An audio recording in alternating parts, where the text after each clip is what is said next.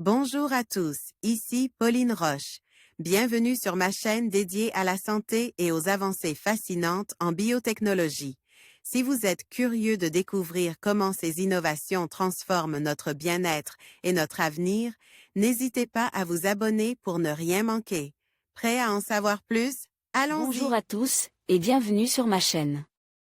Aujourd'hui, je vais vous parler d'un sujet fascinant et crucial, la régénération des neurones perdus. Saviez-vous que notre cerveau a la capacité de se réparer et de créer de nouveaux neurones, même à l'âge adulte?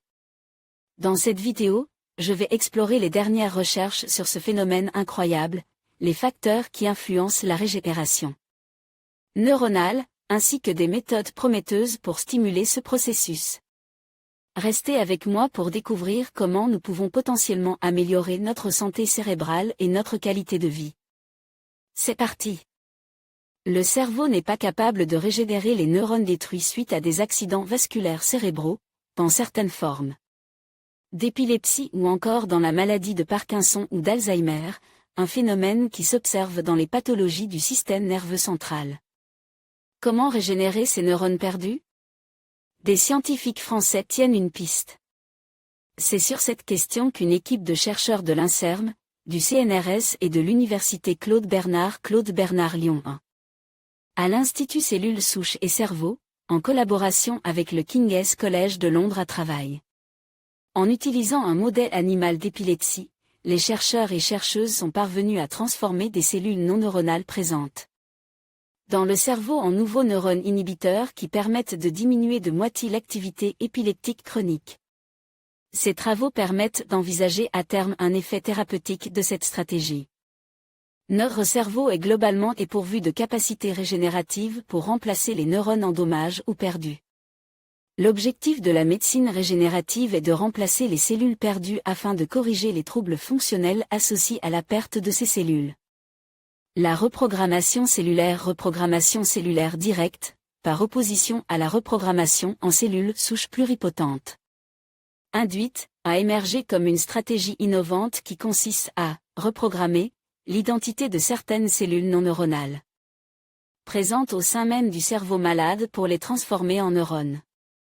Pour que cette stratégie puisse être efficace, les défis sont nombreux.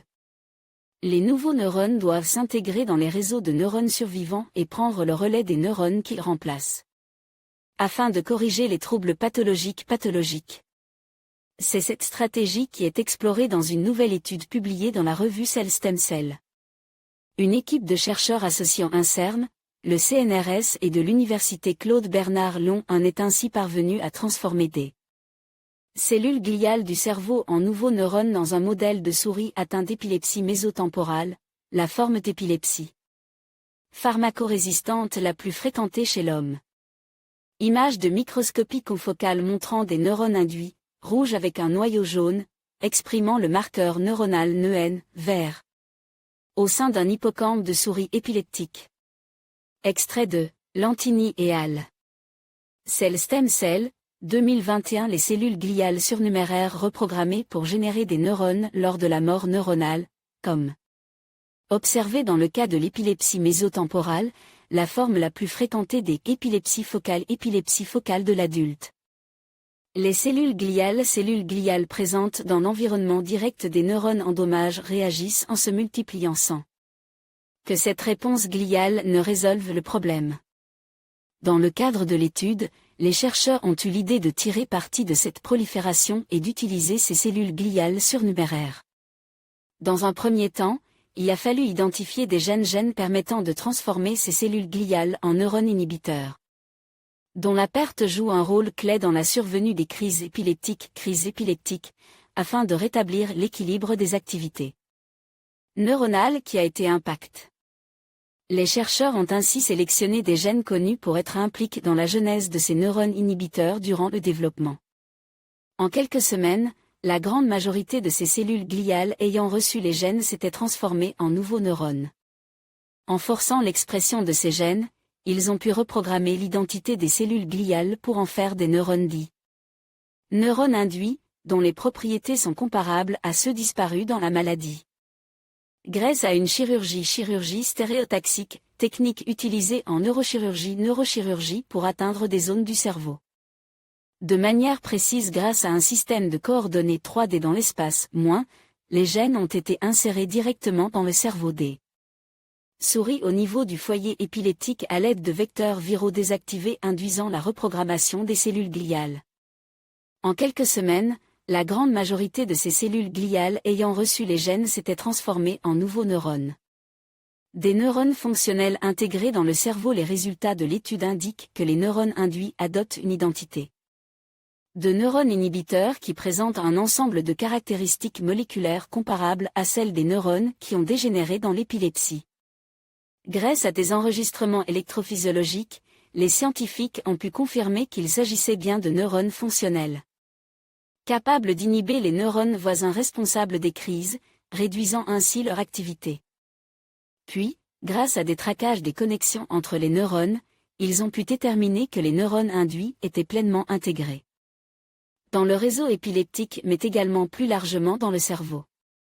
Enfin, grâce à des enregistrements électroencéphalographiques, EEG, réalisés dans le foyer des crises, les chercheurs ont pu montrer chez les souris reprogrammées une réduction de moitié des crises épileptiques.